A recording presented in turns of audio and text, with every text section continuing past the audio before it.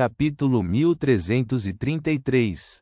De repente, os músculos das costas de Wendell começaram a ficar tensos, como se ele estivesse prestes a explodir. Ele ficou chocado e em dúvida quando vários palpites passaram por sua mente. Os moradores de Utopia são monstros em pele humana. Geralmente parecem normais, mas ao encontrarem pontos cegos na lógica, mostrariam um lado diferente de uma pessoa comum, ignorando os pontos que são obviamente problemáticos. Ou talvez aquele pessoal tenha percebido que eu estava mentindo e não estava disposto a lidar comigo, então fingiu não me ver e me deixou ir. Mas por quê? Sim, carregar minha bagagem até o banheiro pode ser explicado porque tenho medo de perder minha bagagem, mas toda a plataforma está protegida. Não há necessidade de levar guarda-chuva. Além disso, a chuva já havia parado. Wendell instintivamente desviou o olhar para fora da janela, apenas para ver a luz do sol brilhando na plataforma em que estava. Um por um, os passageiros esperaram em ordem atrás da linha de segurança, completamente diferente das vibrações sombrias que Utopia emitia. Ufa! Ele exalou e de repente relaxou. Aqui não é Utopia. Eu já fui embora. Wendell murmurou para si mesmo enquanto enxugava o suor frio que escorria de sua testa.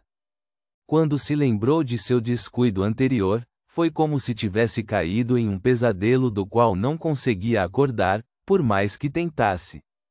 Depois de um tempo, Wendell se levantou e decidiu fumar na plataforma para acalmar seu humor. O tabaco o confortou muito, permitindo-lhe relembrar suas experiências passadas na Utopia. Durante esse processo, ele se inspirou em seu encontro. Talvez seja porque eu sinceramente ajudei Tracy, então aquele membro da equipe ignorou intencionalmente minhas ações problemáticas e me deixou ir. Comparado com toda a população de Utopia sendo monstros escondidos sob a pele humana, Wendell estava mais disposto a aceitar esta explicação. Nesse momento, pelo canto do olho, ele viu o condutor conversando com um grupo de pessoas em um canto. Wendell deu alguns passos à frente, tentando ouvir o que diziam. Com a ajuda de sua audição que transcendia os limites normais da audição, ele ouviu vagamente a conversa a uma distância que não levantaria suspeitas. Ontem à noite, a estação Utopia não existe no reino. Por favor, mantenha isso em segredo. As sobrancelhas de Wendell se contraíram ligeiramente. Com base na descrição do documento próximo ao seu peito, ele entendeu aproximadamente do que o condutor do trem estava falando. Eles estavam dizendo que o reino não tinha nenhuma estação conhecida como Utopia, e ontem à noite a locomotiva a vapor havia desaparecido. Naquele momento, uma forte sensação de horror surgiu novamente no coração de Wendell. Ele sentiu que era sua maior bênção poder deixar Utopia com vida. Reticências. Alfred passou quase uma semana antes de retornar do porto de Skelson para Backlund. Isso porque ele visitou a família de seus camaradas falecidos, seus velhos amigos, os idosos que retornaram ao feudo nas férias e alguns dos parceiros de negócios de sua família ao longo do caminho. Isso é ainda mais cansativo do que participar de uma batalha, Alfred resmungou para seu pai, Conde Hall. Conde Hall sorriu e apontou para a escada. Volte para o seu quarto e descanse um pouco. Conversaremos no escritório mais tarde. Ele estava bastante satisfeito com o estado mental e o progresso de seu segundo filho. Alfred examinou a área e perguntou com um sorriso: onde está a joia mais deslumbrante de Backlund? Ele parou por um momento antes de acrescentar: e quanto ao Ribert?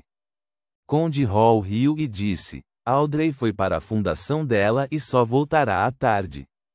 Ela ficava reclamando que você não conseguia definir um horário certo, impedindo-a de saber quando você chegaria. Ribert é agora secretário de gabinete. Ele está muito ocupado. Alfred assentiu e voltou para seu quarto para tomar banho. Ele vestiu uma camisa, colete e terno formal. Prefiro a casualidade de Balan Leste. Ele se olhou no espelho e sorriu para seu ajudante.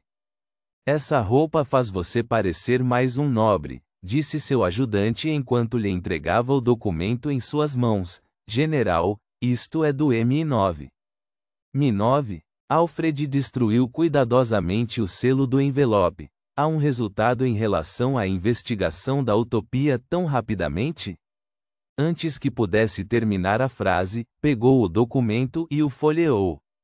Durante esse processo, Alfred folheava as páginas cada vez mais devagar. No final, leu novamente da primeira página.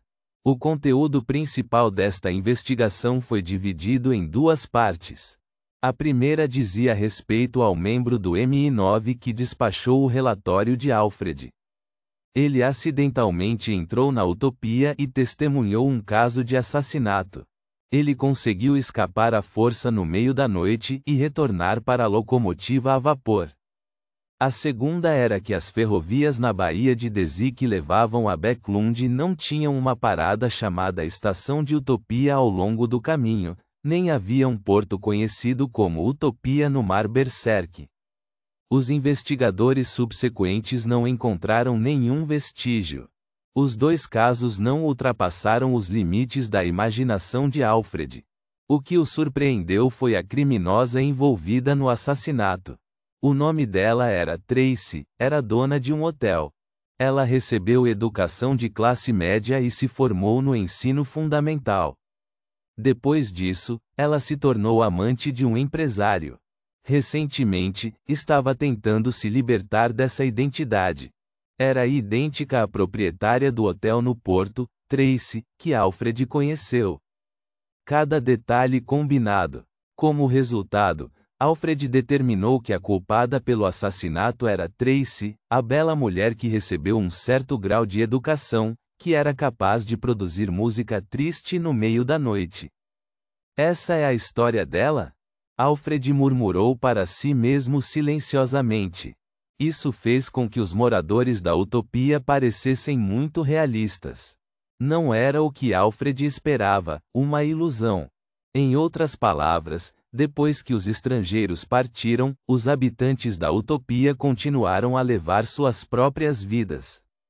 Eles tinham seu próprio amor, ódio, dores e tristezas.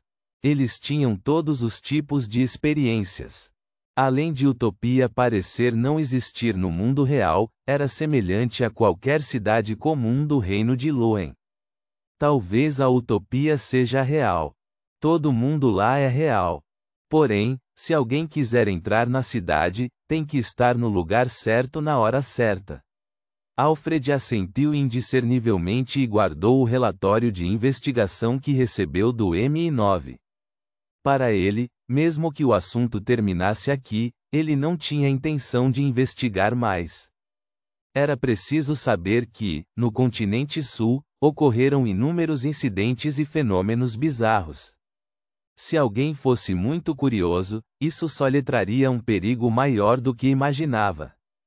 Depois de ajustar as roupas e o humor, Alfred foi ao escritório do pai e bateu na porta com o dedo. Entre. A voz de Conde Hall soou. Alfred arrumou o cabelo loiro, abriu a porta e sentou-se. Conde Hall sorriu para ele e disse: "Você já é um homem." "Ninguém diria tais palavras a um homem", respondeu Alfred sem quaisquer reservas. "No meu coração, você ainda é aquele jovem rebelde", disse Conde Hall com um sorriso. "Você já é um Beyonder da sequência 5? Alfred respondeu com duplo sentido: "Sim, sou um verdadeiro cavaleiro." Conde Hall assentiu e suspirou de repente. "Você deveria ter passado por muitas dificuldades. Pelo que eu sei, não importa se são as poções ou a guerra, elas trarão sérios danos às pessoas, desde seus corpos até suas mentes. Todo mundo passa por muita dor em suas vidas", disse Alfred com um suspiro. Ele usou um eufemismo no estilo Loen. Após uma pausa, acrescentou: "Em comparação com quando saí de Bäcklund, meu estado atual é ainda melhor." Contanto que eu compreenda um método corretamente, não preciso me preocupar muito com o impacto da loucura no meu nível.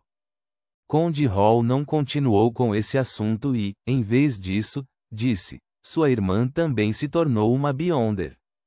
Oh! Alfred ficou chocado a princípio, mas depois se lembrou de algo. Ele disse com certo aborrecimento: achei que ela tivesse acabado de mudar de hobby. Pelo que parece, a aventura de Audrey contou com um pouco de sua ajuda, disse Conde Hall, aparentemente esclarecido. Espero que você possa conversar com ela sobre como é perigoso, louco e doloroso as poções da sequência. Deixe-a permanecer em seu nível atual. Alfred respondeu sem hesitação: eu farei isso. À noite, na pequena sala de estudo de Audrey. Alfred, por que você está procurando por mim? Audrey, que vestia roupas de casa, conduziu Suzy e abriu a porta para o irmão. Ela estava esperando por seu irmão há alguns minutos. Tenho algo para avisar você. Alfred entrou no escritório e casualmente puxou uma cadeira. Audrey sorriu e apontou para a Golden Retriever. Você precisa que Suzy vá embora? Alfred não pôde deixar de sorrir ao olhar para a obediente Golden Retriever que estava sentada ao lado, com os olhos cheios de uma expressão de senciência. Não há necessidade disso. Acredito que ele não vai escutar nossa conversa. Ela, Audrey o corrigiu casualmente. Depois que a nobre garota se sentou à sua frente, Alfred suspirou interiormente. Depois de alguns anos sem vê-la, sua irmã mais nova não era mais tão terna como antes. Independentemente de sua aparência ou temperamento, ela já havia atingido um nível que causava espanto. Ela não era mais a garotinha do passado.